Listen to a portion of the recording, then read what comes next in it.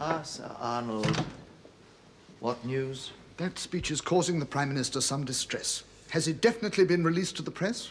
Well, the Minister gave express instructions before noon, isn't that I'm right? appalled at you, Humphrey. How could you let the Minister put himself in this position without going through the proper channels? The Minister and I believe in open government. We want to throw open the windows and let in a bit of fresh air. Isn't that right, Minister?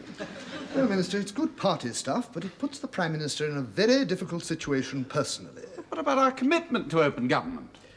This seems to be the closed season for open government. Do you want to give thought to a draft letter of resignation, Minister? I mean, just in case.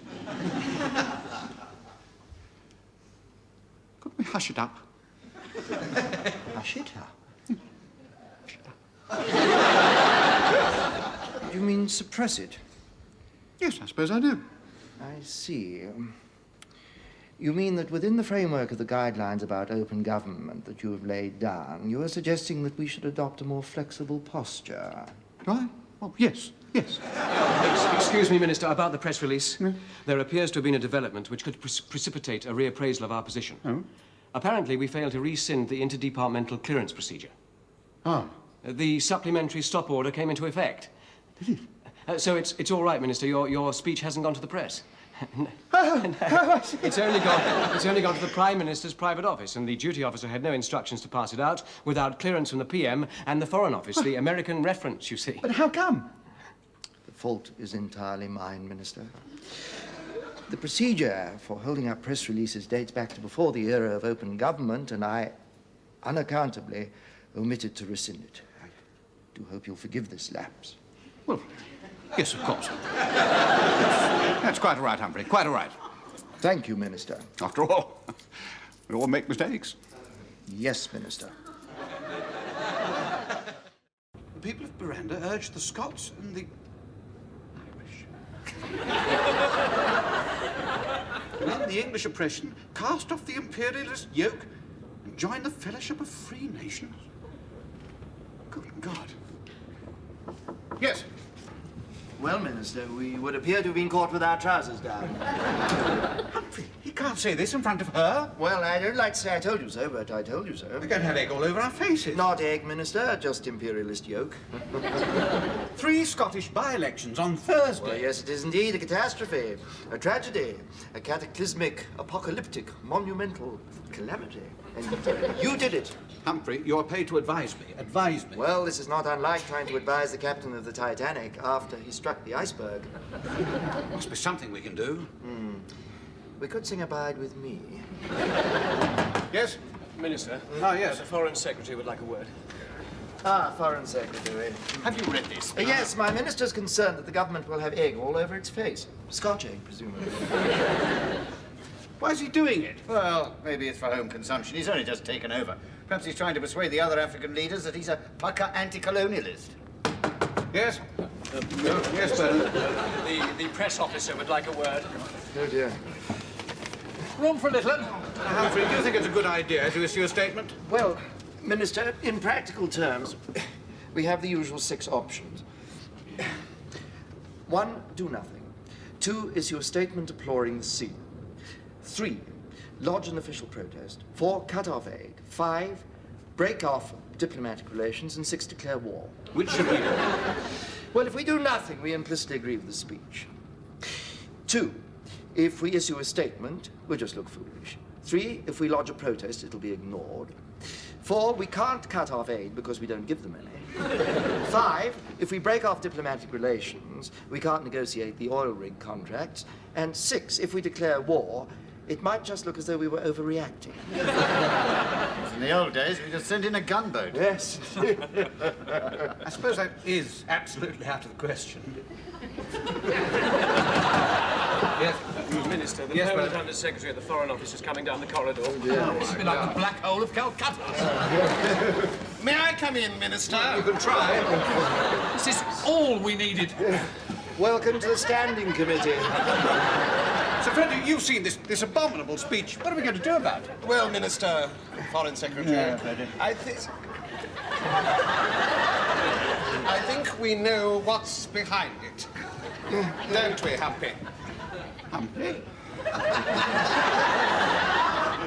Sir Frederick is suggesting that the offending paragraph may be, shall we say, a bargaining counter. You mean he wants something? But if he doesn't, why send us an advance copy? See, well, why did you find out what it is he wants? Because the embassy staff are all new. We've only just seen the speech, and no one knows anything about this new president. Except me. Except you. How? They were at university together. The Old Boy Network. Hey, that was 25 years ago. He may not even remember me. No, I don't really think I could. I think you ought to see him, Sir Frederick. No, Minister, I think you carry more weight. Well, we're all agreed then that the mountain shall go to Mohammed. Oh, no. Jim's going. That's what I meant. All right. But you'll have to come with me. Well, of course, Minister. I'd hardly let you do it on your own. Morning, Minister. Have you read this? Yes! I have read it. I have read it. You have read it. He has read it. We have all bloody read it. Have I made myself clear? Abundantly, Minister. I'm sorry. Sit down. Humphrey, we have got to slim down the civil service. How many people have we got in this department? This department? Oh, well, very small. Small. How small? Oh, I don't know. 2,000? 3,000? About 23,000, I think, Minister. 23,000? In the Department for Administrative Affairs, 23,000 people just administering other administrators? We'll have to do a time and motion study, see who we can get rid of. We did one of those last year, Minister. And? It transpired we needed another 500 people. However, Minister, we could always close your bureaucratic watchdog office. Oh, no, you don't. I've only just opened it. It's the one thing I've done since I got here. Well, as you wish, Minister, but it has been criticised as a troublemaker's letterbox. I know. It's very popular with the voters, Humphrey. Gives them a chance to help us find ways to stop wasting government money. Public doesn't know anything about wasting government money. We're the experts. That's not what I meant. Well, the bureaucratic watchdog office stays. Well, offhand, I can't think of what else to suggest. Are you seriously telling me that there is no way we can cut down? Well, I suppose we could lose one or two of the tea ladies. Oh, true. Do we should take this seriously? Tea ladies. I want the facts. I want to know who works here, what they do, what buildings we have, what goes on in them. A complete record. Then we'll know where to cut costs, cut staff, cut procedures. The Civil Service, Minister, exists to implement legislation enacted by Parliament. As long as Parliament continues to legislate, the Civil Service must continue to... However, I'm fully seized of your requirements, Minister, and if you'll excuse me, I'll go and set the wheels in motion. Thank you. Morning, Mr. Weasel. Weisel. The fact of the matter is that the Civil Service and I are in complete accord over this whole business. And I'm happy to announce that we're now ready to put our proposals into publication.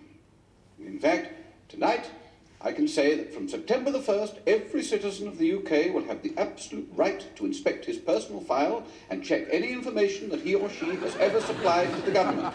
Secondly, no civil servant will be allowed to examine personal files from another department without a written authority from a minister.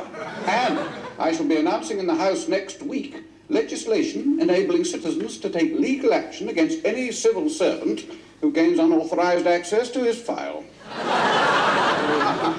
Encouraging, Minister. Why did you not say so in the first place and put people's minds at rest? Frankly, I didn't believe that the civil service could meet our deadlines, Godfrey. But they've convinced me that they can, and in fact, my permanent secretary has staked his reputation on it. If not, heads will roll. Anyway, assistant heads. Yes, well, thank you very much, Minister. It can't be done. It's been announced on television. Well, Bernard, what did you make of our minister's performance? Well, I think it's checkmate.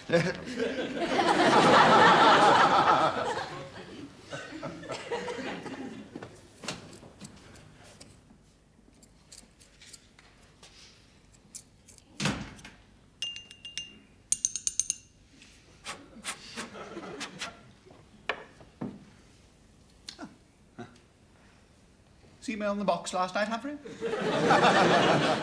Of course, Minister. How was I? Good?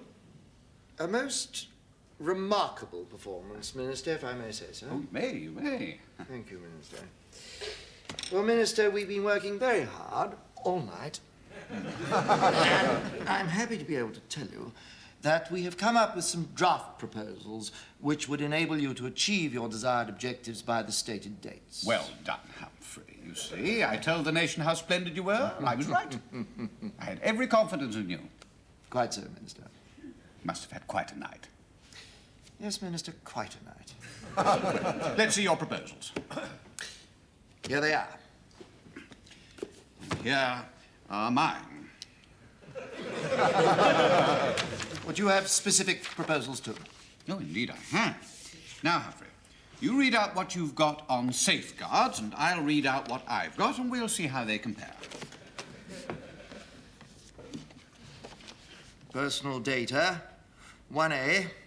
Safeguards must be applied with reference to two criteria. The need to know and the right to know. 1A1. The need to know. Only those officials for whom the information is submitted may be deemed prima facie to have a need to know. We seem to be of the same mind, Humphrey. Indeed, Minister. Where did those proposals come from?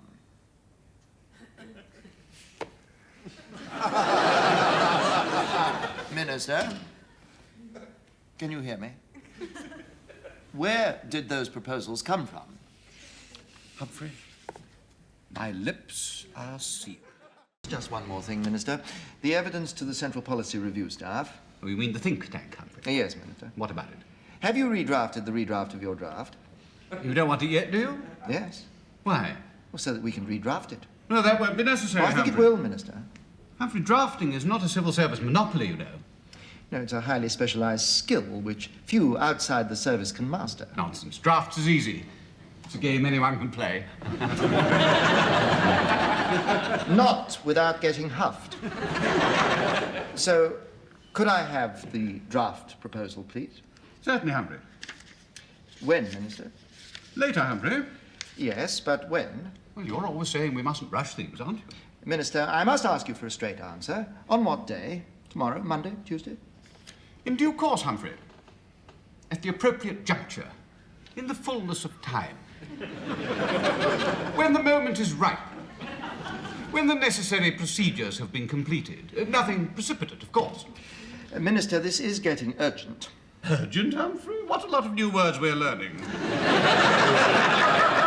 Now, Minister, you'll forgive me if I say this, but I'm beginning to suspect that you are concealing something from me. Oh, surely. You and I have no secrets from each other, have we, Humphrey? I'm sorry, Minister, but sometimes one is forced to consider the possibility that affairs are being conducted in a way which, all things being considered and making all possible allowances, is, not to put too fine a point on it, perhaps not entirely straightforward. Well, you're the expert on straightforwardness. So what about the draft evidence to the Central Policy Review staff? Well, since you ask, Humphrey, and to be perfectly straightforward, I have redrafted it myself. I don't want you to redraft it. I am perfectly happy with it as it is. May I be bold enough to ask what you have said? I've said what I wanted to say. Phased reductions in the civil service. Yes, but Humphrey, you have frustrated me over open government. You have frustrated me over the economy drive. But this time I'm going to have my way. The party wants it. The public wants it. And I'm bound to say that all we get from the civil service is delaying tactics. Well, I wouldn't call civil service delays tactics, Minister. That would be to mistake lethargy for strategy. Very droll, Humphrey. But you must realise that there is a real desire for radical reform in the air. The All-Party Select Committee on Administrative Affairs, which I founded, is a case in point. It's a great success. Oh, indeed. What has it achieved? Nothing yet. Hart is very pleased with it. Ah. Why? 10 column inches in last Monday's Daily Mail for a start. Oh, I see. The government is going to measure its success in column inches, is it? Yes. No. Yes and no. Now, Minister, the evidence that you're proposing to submit is not only untrue, it is also, which is much more serious, unwise. Now, we've been through all this before. The expansion of the civil service is the result of parliamentary legislation, not bureaucratic empire building. So when this next comes up at question time, you want me to tell Parliament that it's their fault that the civil service is too big? But it's the truth, Minister. I don't want the truth. I want something I can tell Parliament. Humphrey, you're my permanent secretary. You're supposed to enact my policies, yet I still don't understand why you seem implacably opposed to them. I must know where you stand on all this. Where one stands, Minister, depends upon where one sits. Am I to infer that you'll not support me? Oh, we'll always support you, Minister, but as your standard-bearer, not as your pall-bearer. Humphrey, what are you saying? I should have thought it was crystal clear, Minister. Do not send this report to a body whose recommendations are to be published. That is exactly why I'm sending it. Now, I don't want to hear any more about it. So you think this might not get into the national press? Well, a few lines on the inside page of The Guardian, but nothing to worry about. Actually, it's only the urban middle class who worry about the preservation of the countryside because they don't have to live in it. Would that be all, Minister? Yes. No, this may well blow over, but it doesn't answer my basic question. Which was? Why wasn't I told about it before I made the announcement? There are those who have argued, and indeed cogently, that on occasion there are some things it is better for a minister not to know. What are you talking about? Minister, your answers in the House and at the press conference were superb. You were convincing and convinced. The critics were silenced, but could you have spoken with the same authority if the ecological pressure group had been badgering you? But I have a right to know. I am the people's representative. What right have you got to withhold this information from me? It's intolerable. It's in your own best interest, Minister. What do you mean there are some things it is better for a minister not to know? I mean, it's outrageous. It must not occur again. And it so happens that I've got a plan here for the reorganization of this department which will ensure that it doesn't. Indeed? Yes, indeed. Now, if I were to have one undersecretary and two assistant secretaries reporting directly to me... Minister, no, please. No, just a moment, Humphrey. Let me tell you my plan. The plan is immaterial. Minister, I have something to say to you which you may not like to hear. Why should today be any different? Minister, the traditional allocation of executive responsibilities has always been so determined as to liberate the ministerial incumbent from the administrative minutiae by devolving the managerial functions to those whose experience and qualifications have better formed them for the performance of such humble offices, thereby releasing their political overlords for the more onerous duties and profound deliberations which are the inevitable concomitant of their exalted position.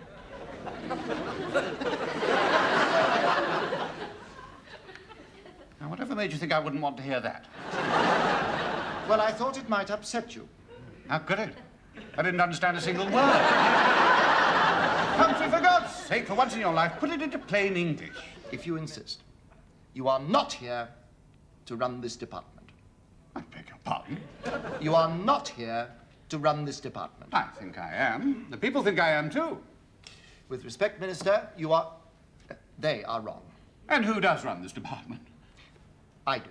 I see. And what am I supposed to do? We've been through all this before. Make policy, get legislation enacted, and above all, secure the department's budget in Cabinet. I sometimes think that the budget is all you ever really care about. Well, it is rather important, Minister. If nobody cared about the budget, we might end up with a department so small that even a minister could run it. Humphrey, are we about to have a fundamental disagreement about the nature of democracy? No, Minister, merely a demarcation dispute. What I mean is that the menial chore of running a department is beneath you. You're fashioned for a nobler calling. Well, I'm quite prepared to leave the routine paperwork to you, but I must insist on direct access to all information. Never again do I want to hear that phrase, there are some things it is better for a minister not to know. Is that clear? Well, Minister, I do That feel... is an order, Humphrey. As you say, Minister, if that is what you really want. It's treating cabinet ministers as though they were irresponsible 10-year-olds.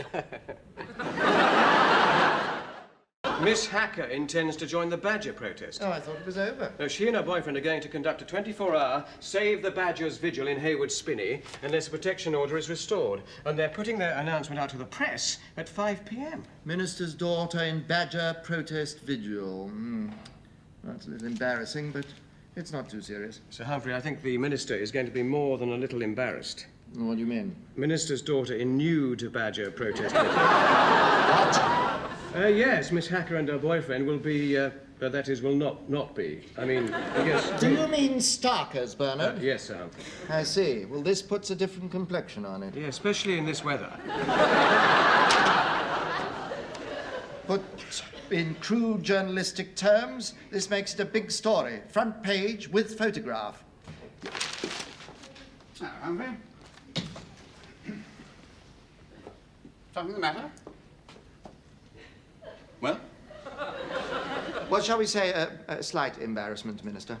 how slight? Well, without wishing in any sense to overstate the case or cause undue alarm, nevertheless, the Oh, fact come remains on, that- Humphrey, out with it. Minister, I have a confession to make. Oh, that's a change. Oh. Come on, Humphrey. Make a clean breast of it. Not the happiest of phrases under the How do you mean? I have to confess that the badges in Hayward Spinney may turn out to be a somewhat bigger story than we thought. No. Don't tell me they're going to have kittens. No, it's not the badgers who are going to have kittens, Minister. There's going to be a 24-hour protest vigil in Hayward Spinney. Well, you told me it wouldn't be very newsworthy. No, it's slightly different, Minister. It's to be conducted by a girl student and her boyfriend. What, just the two of them? Yes. Well, they don't matter, do they? Pair of irresponsible layabouts. Well, they might matter to some people. Nonsense, Bernard! Everybody's fed up with these ghastly students. They're just exhibitionists, you know. Well, in this case, it would seem they have something to exhibit. It's to be a nude protest vigil. I see. Yes, that would make the front pages. Yes, quite so. Well, the press just mustn't find out. Oh, really? I don't know what gets into these students. It's appalling. They're shameless. Indeed, Minister. It's their parents, you know. They don't bring them up properly. Just let them run wild and then feed them all this trendy, middle-class, anti-establishment nonsense. Well, perhaps it isn't entirely the parents' fault, Minister. Oh, of course it is. Authority, Humphrey. All this student anarchy is a shocking indictment of their parents' lack of authority and discipline. So they just take it out on innocent people like me. Who are they? Do we know? Well, we know the young lady's name. Lady? Huh. Who is she? Well, it seems she's a Miss Hacker. Oh, that's my name. That's a coincidence. Not a complete coincidence. Not Lucy. Oh, my God. Oh, my God. As you see, she will be telephoning in 10 minutes' time. Perhaps the press won't be all that interested. No, yeah. But will they really think it worthwhile going all the way up to Warwickshire? For a story like this, I fear they'll think it worth going all the way to the South Pole. Good morning, Minister. Morning, Humphrey. Morning, Bernard. Sorry I'm late. Just put them on the desk, would you, George? Yes, sir. I'll be about an hour. I don't want to be late at Broadcasting House. Right, sir. What's this broadcast all about, by the way? NATO, isn't it? No, Minister. Partnerships and industry. Oh, yes. Knew it was something like that. Who else is in it? It's all in there, Minister. An employer and a trade unionist, as usual. Joe Morgan. Wasn't he the TUC representative on the Solehal project? Minister, Yes, Humphrey. Minister, you are not proposing to refer to the Solehal project on the air? Certainly. I regard it as a shining example of cooperation between the government and private industry. Yes, but all the same, I would be much happier if it were omitted. Why? Well, don't you think it's rather premature? Certainly not. Building started months ago. Exactly. Rather out of date, in fact. Premature and out of date. Well, untimely. Don't you think it'd be rather uninteresting to the general public? Certainly not. It's something that's going on right now. Extremely interesting. Yes, quite so. So interesting, in fact, that there is a danger that it might obscure your main point, perhaps. What is my main point? Bernard, what's the Minister's main point? Yes, that private projects are more socially responsible with government money, and government projects are more efficient with private investment. There I see. It underlines my main point. You really are a wet blanket, aren't you, Humphrey? Just go about stirring up apathy. Minister, I must seriously advise you, with all the earnestness at my command, not to refer to the Solehal project on the air today. Why? What? I said why. Why? Why? Well, Minister, Couldn't be that you're planning to take the credit for this yourself, could it? at next month's European Convention of Government Administration? I beg your pardon. Your keynote speech will make very good reading, won't it? Well, let me tell you a few facts of life, Humphrey. It is politicians who are responsible ultimately to the people, and it is we who get the credit, not civil servants. Minister, I would be perfectly happy for you to have the credit for this project, but I must beg, beseech, and implore you not today. No, it's no good, Humphrey. I'm not going to fall for it. I'm going to get all the political capital I can out of the Solehal project. Minister, I must know a good strongly... thing when I see one. Please, Minister, do listen to... No, Minister... No. Humphrey.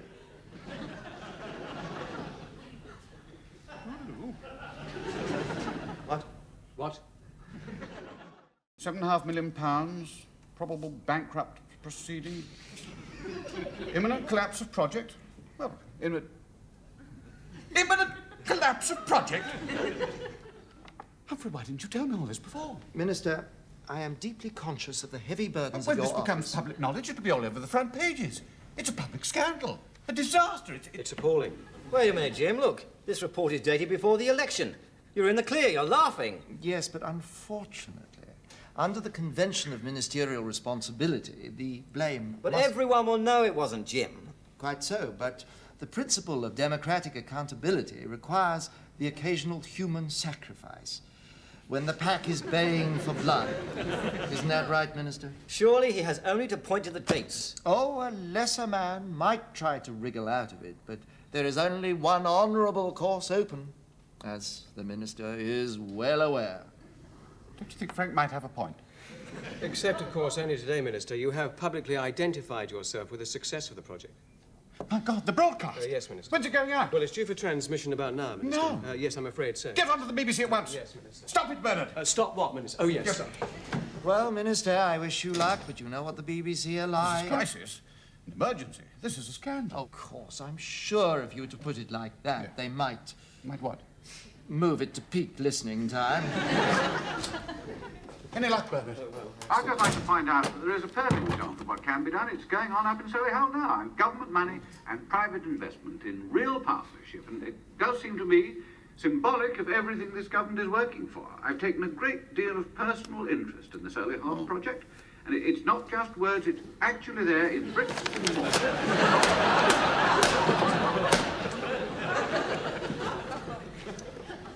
Symbolic of everything this government is working on. Humphrey, how could you let me say all those things? Minister, I can only advise. I did advise. I advised most Yeah. strongly, but when the advisor's advice is unheeded... All right. Advise me, now. Certainly, Minister. Now, it is possible that the bank may take over the contract from Bradley and Sloan Enterprises Limited, and all will be well. The bank? Fine. Well, The let's... bank, however, is hesitant. But it so happens that the director in charge is to retire next year, and he's anxious to find another appointment. A chairmanship of a quango, for instance. Well, give him one. Give him that one you were reserving for that idiot Desmond Glazebrook. Who is the director in charge? Desmond Glazebrook. He's not a bad chap. He's always attacking the government in public. Yes, well, it does us good sometimes to appoint our opponents. I mean, you know, it's democratic, statesmanlike. Yes, I've changed my mind. I think that's a very good appointment. But you can't. Oh, shut up, Frank. Anybody else know about this? Well, apart from ourselves and the bank and Michael Bradley, only the union representative on the project. Joe Morgan, of course. That's what was behind his special Birmingham allowance claim. Blackmail. That's quite so, Minister. Humphrey, I've been thinking, if Desmond Glazebrook is going to be chairman, he'll need some support, won't he? Now, I was thinking of a deputy chairman, someone with real experience of industry. An excellent thought, Minister. Is there anyone you could advise me would be particularly appropriate, do you think? A trade unionist, for example? What about Joe Morgan, Minister? Joe Morgan? Excellent idea. Well done, Humphrey. Oh, it takes two to quango, Minister. Barnett! Why did you allow Sir Humphrey to come in here when I explicitly told him not to? Well, I couldn't stop him. Why not? He's bigger than me. Well, it must be confined to the Cabinet Office. How? Lock the communicating door. He has a key. Take his key away from him. Take his key away from Take him? his key away from him. You take his key away from him. Sorry, Prime Minister, but I don't think it's within my power. I'm giving you the power, Bernard. I am authorizing you. But I don't know whether I mean, crikey. He'll go completely potty. After you, Bernard. Yes, but... Freedom, Bernard. Yes, but... I am authorizing you, Bernard. Yes. You alone, Bernard, will have access to the Prime Minister. But... But me no buts, Bernard. Shakespeare. No, Prime Minister. But me no buts is circa 1820. Mrs. St. Lever used the phrase in 1708, but actually it was Scott's employment of it in the Antiquary in 1816, which made it fashionable. Shall we keep to the point, please, Bernard? Yes, Prime Minister. There's only one problem. If I'm to take his key away from him, what reason can I possibly give? Sake, Bernard, find a reason. Yes, Prime Minister. Thank you, Prime Minister. Thank me no thankings, Bernard. Hacker.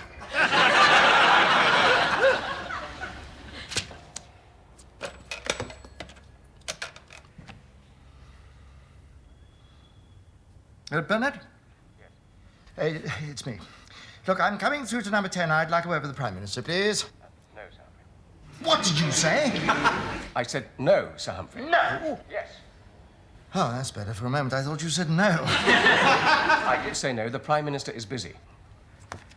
Then I'll come and see you. I'm busy too. What? Sir Humphrey, you may not come in. You do not have permission. I'm coming anyway. You little runt. He couldn't believe his ears. What did he say? He's coming anyway. Are you feeling strong enough? No, it's all right. He can't come in. I told security to take his key from his office. My God. No, Bernard, it's just your boss. I'm staggered. I'm fairly surprised myself. Well, how did you get through a solid door? Where's my key gone? You must have a spare. Where's my key? The Prime Minister told me to have it removed. That's not correct. Would you mind, dear Liz? Nothing to do with you. Thank you. The Prime Minister does not have it within his power to deprive me of my key. It's his house. It's a government building.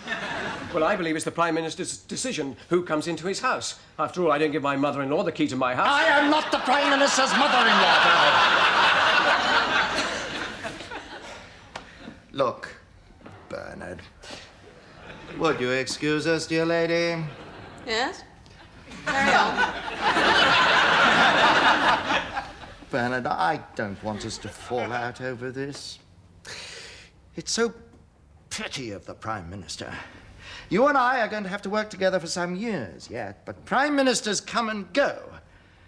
Whereas your career prospects depend upon those who have the power over promotions and appointments on a long-term basis. I must insist you tell me how you came in. Sorry? You must have a personal key. Now, I insist you hand it over. Well done, Bernard.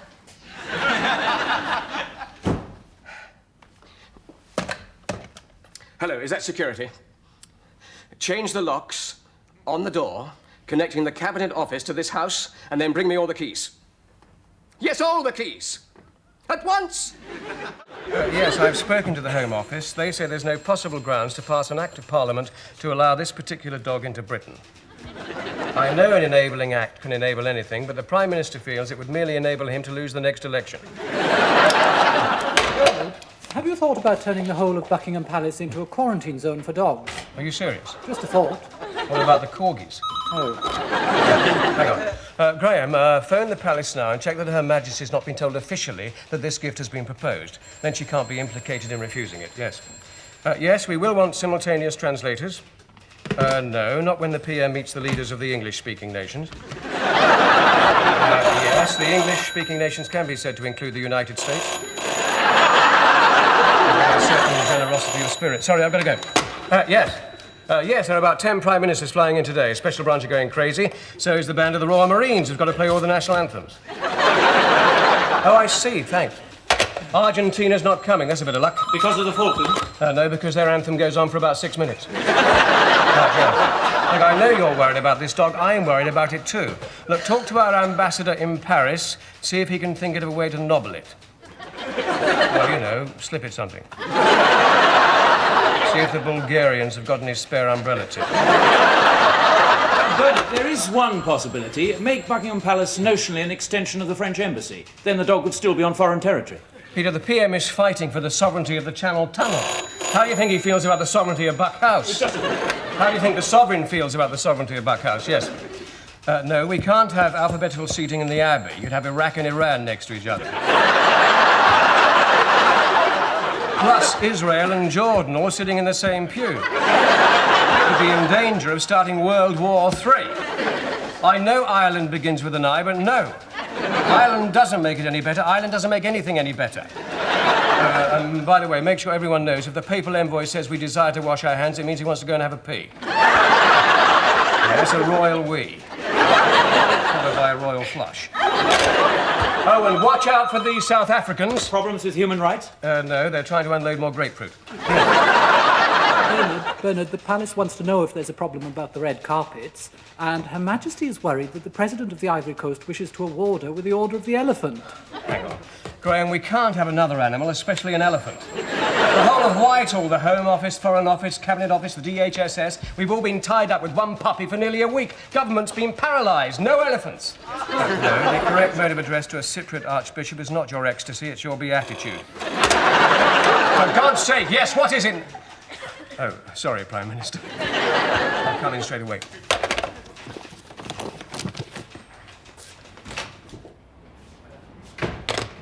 What on earth is that, Bernard? Oh, it's the Channel Tunnel file, Prime Minister. No, the other one. That's the puppy file. Where have we got to with that? Well, it weighed in at 3.5 pounds this morning. The puppy? No, the file. No, but what's happening? Well, at the moment, we've told the French that airport security will reluctantly have to impound the puppy and keep it in quarantine at Heathrow. What do they say? Well, they haven't replied yet.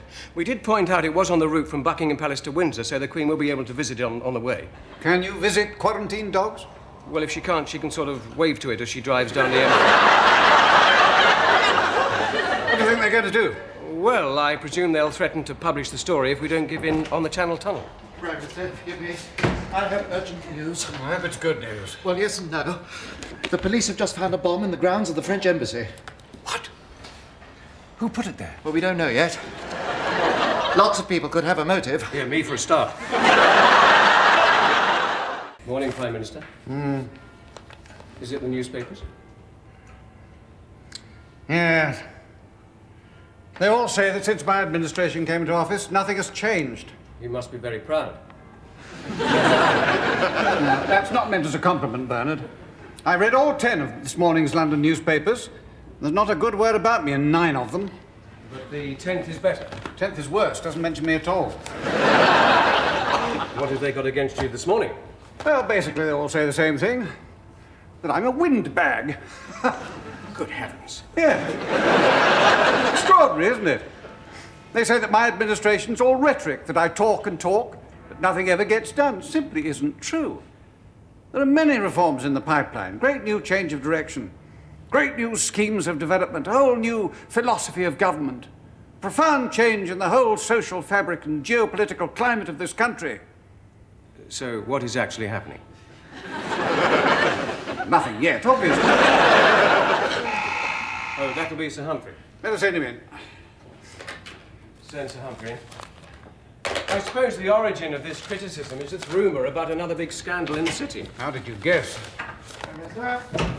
Oh, Humphrey, I've decided to respond to all this criticism about a scandal in the city. The press is demanding action. What are you proposing to do? I shall appoint someone. And when did you take this momentous decision? Today, when I read the papers. But when did you first think of it? Today, when I read the papers. And for how long, may I ask, did you weigh the pros and cons of this decision? Not long. I decided to be decisive. Prime Minister, if I may say, I think you worry too much about what the papers say. Only a civil servant could have made that remark, Bernard. I have to worry about them, particularly with the party conference coming up. These rumours of a scandal just won't go away, you know. Well, let's not worry about it until it becomes something more than a rumour. I'd just like to show you the cabinet agenda. No, not just now, Humphrey. This is rather more important. With respect, Prime Minister, it is not. The only way to understand the press is to remember that they pander to their readers' prejudices. Don't tell me about the press. I know exactly who reads the papers. The Daily Mirror is read by people who think they run the country. The Guardian is read by people who think they ought to run the country. The Times is read by the people who actually do run the country. The Daily Mail is read by the wives of the people who run the country. The Financial Times is read by people who own the country. The Morning Star is read by people who think the country ought to be run by another country. And the Daily Telegraph is read by people who think it is. And Prime Minister, what about the people who read The Sun? Sun readers don't care who runs the country as long as she's got big tits.